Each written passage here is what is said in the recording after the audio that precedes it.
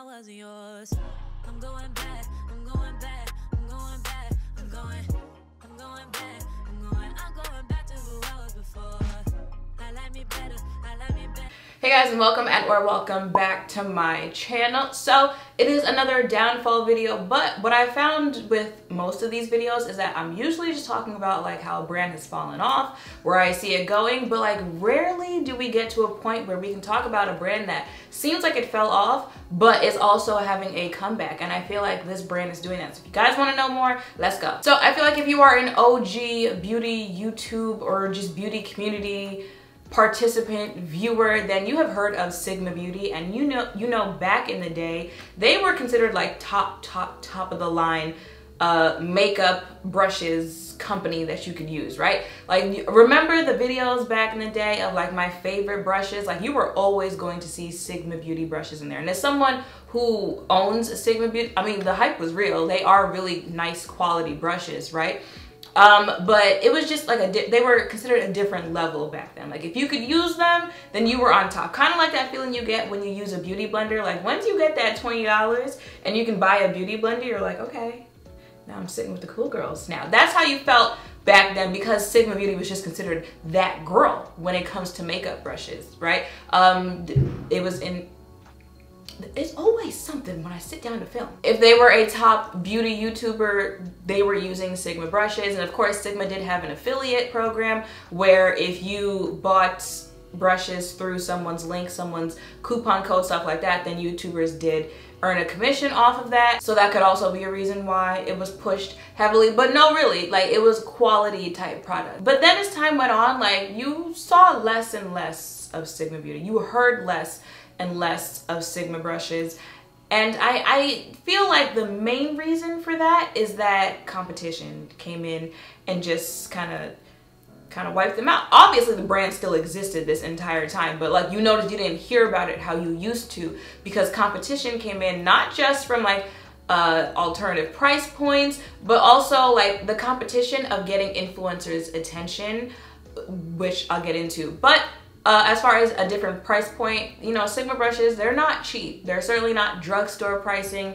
And then, you know, e.l.f. brushes started catching more and more buzz, and other like Real Techniques brushes, like, people started giving more affordable options if you didn't want to use, or you couldn't afford the brushes that all the YouTubers were using.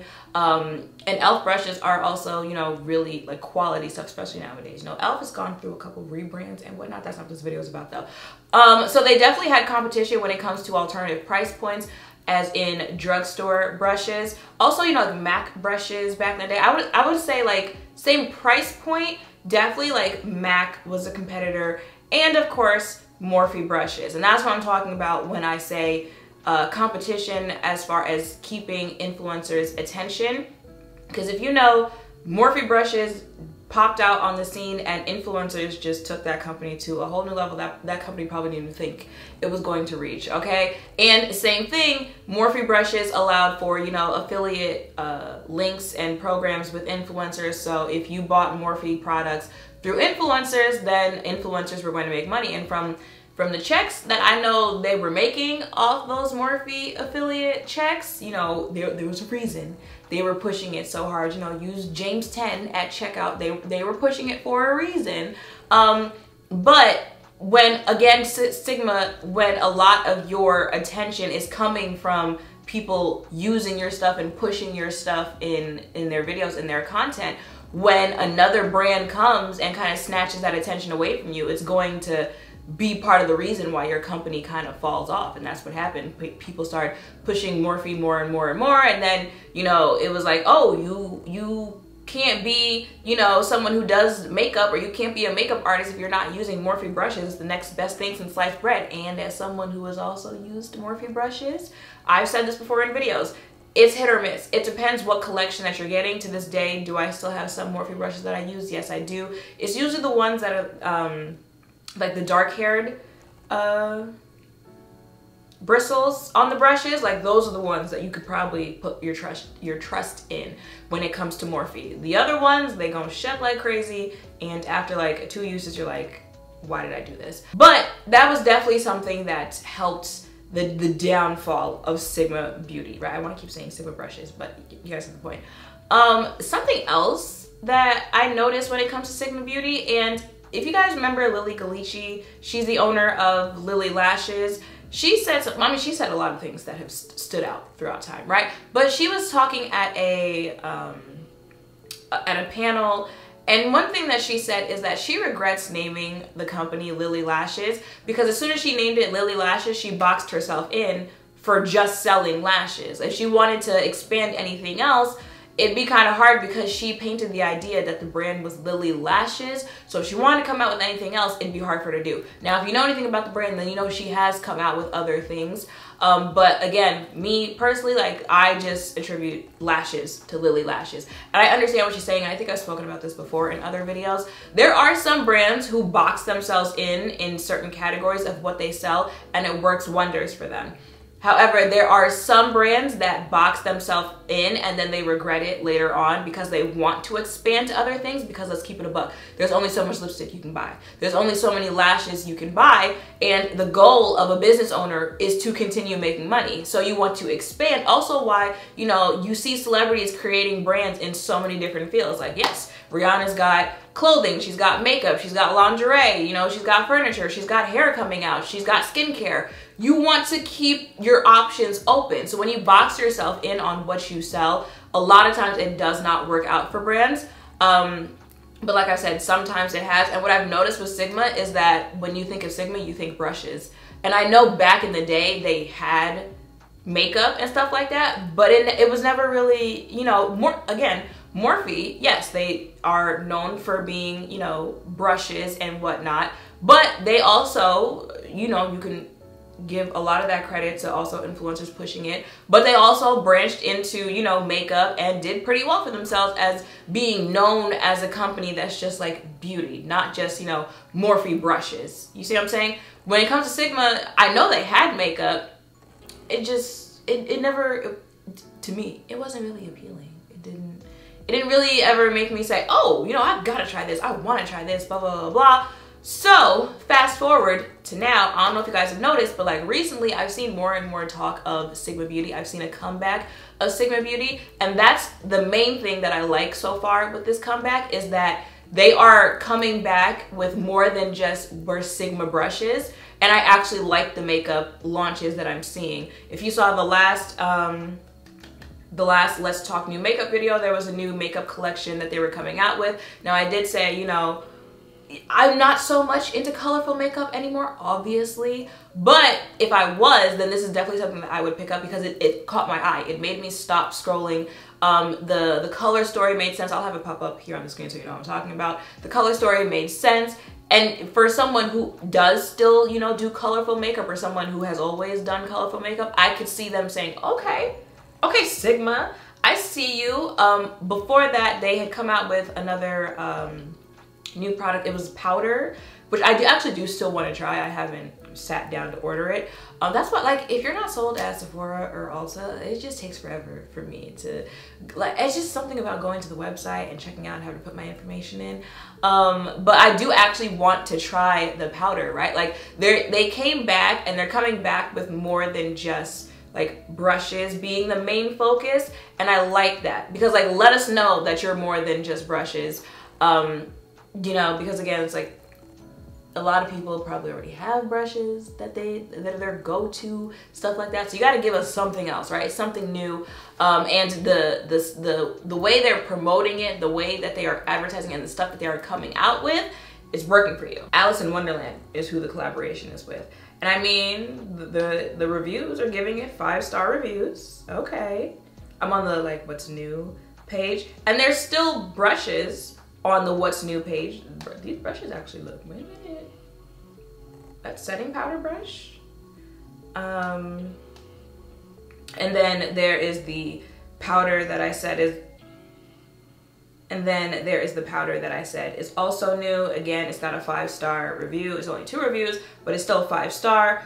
So I like the fact that they're coming back and they're expanding their options, but also they are still a very good makeup brush company. So I know they're not going to fall off on that. So tying it back to like what kind of made them popular before, I think now would also be a good time to like utilize influencers better, because you know, influencers is what helped put them on before. I'm not saying it's the only thing that put them on before anyone starts to feel some type of way, okay? But obviously, a lot of people learned about the company through influencers and stuff like that, right? And if you notice, like when they were falling off a little bit, they weren't utilizing influencers in the same way that they used to. I mean, again, it kind of makes sense. Like, if you show me that you've left me, then I don't really feel like there's a reason to use you. You see what I'm saying? But right now would be a good time to do that, and not just with like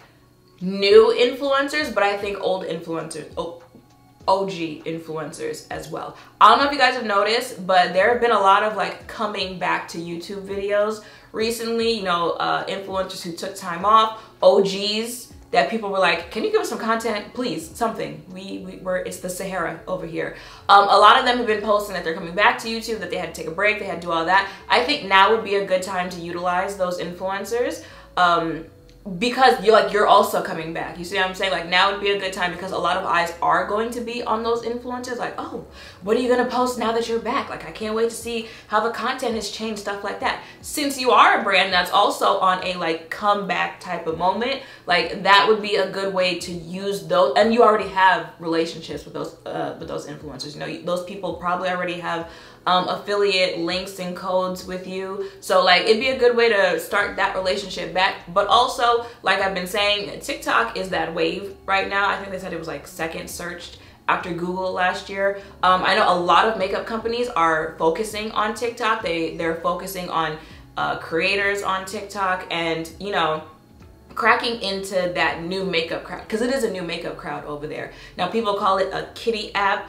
I never get children on my For You page, but also like your algorithm is tailored to you. I'm 28, so yeah, I'm not gonna have a whole bunch of children, you know, dancing on my For You page, but there is a new crowd of like makeup users on there. That's why you see things like, you know, Maybelline Age Rewind Concealer trending over there. That's why you see, you know, products that have like hot chocolate from Fenty Beauty trending over there, because it's a newer crowd. And since it's a younger crowd, you gotta think it's a crowd that's now they're being, you know, allowed to wear makeup or experiment with makeup more. So they don't know the things that people over here know, because like just because of age, they don't. So you could also crack into influencers over there and give them, since they are new, since they are still looking for things, use the influencers that are popping over there and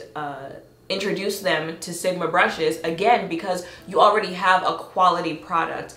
I like the way that they're coming back. I think that they're doing well, but I think it would just like really help them. And I also think it's like the best of both worlds to crack into the new and the olds. You see what I'm saying? Like, you just gotta figure it out how you're going to manage it on different platforms. When one is so used to you already, like they're already familiar with you, and the other one would be new to you, but you also have people over there who are also familiar with you. It just boils down to how it's advertised, because like I said, if you already have a quality product, a lot of the times it's just how you market that, right? Like, people just need to know that you have quality. People just need to know that you have something good to offer them. And I think that is like one of the best ways that it'll work for them as far as a comeback. But I do notice a comeback for them, and I like that for them, because like I say, like, I don't think, it just doesn't make sense for me to ever sit down and be like, you know what, I see you slipping off, and I like that for you. I want you to shut down. I want all the people who work for you to be out of a job. Like, it just doesn't make sense, which is why it's always crazy to me when people get upset with these type of videos, because it's like why would I sit there and wish the worst for you? Like, the whole point is how the brand could be better, right? So to me, I actually like that when I see, you know, a brand that I noticed kind of fell off a little bit has done things to make a comeback, because like that's also the whole point of public relations. Like, you're supposed to, you know, analyze how the public is feeling about you and fix it. The problem is a lot of brands don't fix it, and a lot of brands, like, the problem be right there in their face, and they don't fix it until it's too late. And now you hear the stories about bankruptcy or having to shut down or stuff like that. That is the point of these videos. But yeah, that is it for this video. Let me know what you think about this comeback for Sigma, what you think they could do to make it even better. If you're interested in this comeback, if you have never tried Sigma before, if looking at the brand, it's a brand that you would be interested in trying out, let me know all of that down below. Make sure to thumbs up, comment, subscribe, turn notification bells are down below. Thank you all for watching. I will see you in the next one. Bye. Yeah,